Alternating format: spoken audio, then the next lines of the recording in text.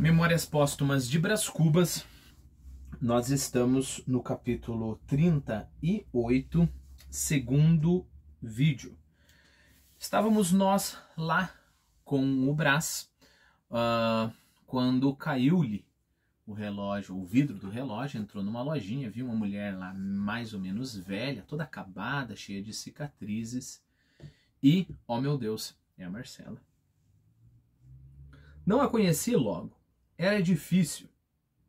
Ela, porém, conheceu-me apenas lhe dirigi a palavra. Os olhos chisparam e trocaram a expressão usual por outra, meio doce e meio triste. Vi-lhe um movimento como para esconder-se ou fugir. Era um instinto da vaidade, que não durou mais de um instante. Marcela acomodou-se e sorriu. Quer comprar alguma coisa? Disse ela, estendendo-me a mão. Não respondi nada. Marcela compreendeu a causa do meu silêncio. Não era difícil. E só hesitou, creio eu, em decidir o que dominava mais, se o assombro do presente, se a memória do passado. Deu-me uma cadeira e com o balcão permeio, hoje em dia nós falaríamos de permeio, né? No meio da gente. Mas antigamente é menos usado esse modo. E com o balcão permeio, falou-me longamente de si, da vida que levara, das lágrimas que eu lhe fizera verter, das saudades, dos desastres, enfim, das bexigas que lhe escalavraram o rosto e do tempo que ajudou a moléstia, adiantando-lhe a decadência. Verdade é que tinha a alma decrépita. Vendera tudo, quase tudo. Um homem que a amara outrora, ele morreu nos braços, deixara-lhe aquela loja de ourivesaria, que é uma joalheria, né? Ourivesaria. Mas, para que a desgraça fosse completa, era agora pouco buscada a loja, talvez pela singularidade de a dirigir uma mulher. Em seguida, pediu-me que lhe contasse a minha vida. Gastei pouco tempo em dizer-lhe. Não era longa nem interessante. Casou? Disse Marcela no fim de minha narração. Ainda não, respondi secamente. Marcela lançou os olhos para a rua com a atonia de quem reflete ou relembra. Atonia aqui é inércia, né? Debilidade. Eu deixei-me ir então ao passado, e no meio das recordações e saudades, perguntei a mim mesmo por que motivo fizera tanto desatino. Não era esta certamente a Marcela de 1822, mas a beleza de outro tempo valia 1/3 parte dos meus sacrifícios? Era o que eu buscava saber, interrogando o rosto de Marcela. O rosto dizia-me que não. Ao mesmo tempo, os olhos me contavam que, já outrora, como hoje, ardia neles a flama da cobiça. É claro, isso a gente já tinha notado, né? Os meus é que não souberam ver-lhe, eram olhos de primeira edição. Mas por que entrou aqui? Viu-me da rua? Perguntou ela, saindo daquela espécie de torpor. Não, supunha entrar numa casa de relojoeiro. Queria comprar um vidro para este relógio. Vou a outra parte. Desculpe-me, tenho pressa. Marcela suspirou com tristeza. A verdade é que eu me sentia pungido e aborrecido ao mesmo tempo, e ansiava por me ver fora daquela casa. Marcela, entretanto, chamou um moleque, deu-lhe o relógio, e apesar da minha oposição, mandou-o a uma loja da vizinhança comprar o vidro. Não havia remédio. Sentei-me outra vez. Disse ela, então, que desejava ter a proteção dos conhecidos de outro tempo. Ponderou que mais tarde ou mais cedo era natural que me casasse e afiançou que me daria finas joias a preços baratos. Não disse preços baratos, mas usou uma metáfora delicada e transparente. Entrei a desconfiar que não padecera nenhum desastre, salvo a moléstia. Que tinha dinheiro a bom recado e que negociava com o único fim de acudir à paixão do lucro. que era o verme roedor daquela existência. Foi isso mesmo que me disseram depois. Muitas observações aqui antes da gente... Muitas não, uma ou duas. Antes de a gente ver o vocabulário. Primeiro, a literatura tem largamente documentado esse tipo de pessoa, né? Que o amor ao lucro é tão grande que consome a pessoa. Para isso, eu aconselho você a ler o conto Entre Santos, do Machado de Assis mesmo, está aqui no canal, Entre Santos. Tudo que eu indicar para você e eu disser que está no canal, se você não achar, me diga. Porque é muita coisa, né? Eu acho que eu devo ter lá 1.400 vídeos aqui no canal. Mas está na playlist dos contos do Machado de Assis, né? Tem uma coisa bem interessante sobre o avaro, né? Sobre a pessoa que tem amor muito grande ao dinheiro. Uma outra coisa que me vem à mente agora é o Libório, do Cortiço, né?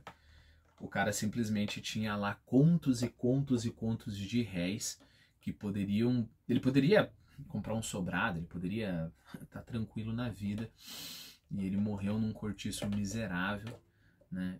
Por esse amor ferrenho ao dinheiro, amor ao lucro, né? Minha segunda observação é essa história que a Marcela diz que vai vender as joias a preços baratos, né? Perceba, volto a enfatizar por que as pessoas não conseguem muitas vezes ler Machado de Assis. Você vai esperar. Eu revi a Marcela, e aí todo aquele saudosismo, todo aquele amor, aquela paixão que nos cobriu vai voltar, né? E o meu coração vai quase explodir, vai bater docemente por causa da Marcela. Esse é um sentimento. E Machado de Assis fala, não é só isso daí não. E aí ele vem com outro sentimento. O sentimento de repulsa, o sentimento de tristeza profunda por saber que todo aquele brilho, na verdade, é tão mundano, né? É tão terrestre. Eu não sei se o meu exemplo não é cruel, mas eu lembro quando eu era moleque, os meus 14, 15 anos, tinha a menina mais linda da escola. Linda, linda, linda, linda, linda, linda. E aí a gente teve uma história ali, junto. E um dia, 20 anos depois, talvez, eu a vejo no ônibus. E assim, não tem um jeito menos cruel de falar isso. Ela tava muito feia. Muito feia. E eu lembro que a gente conversou que talvez uma parada de ônibus, né? Ou eu tava esperando o ônibus, aí o ônibus dela chegou. Foi lá 5 minutos que a gente conversou. Aquele me deu um sentimento de tristeza profunda, né?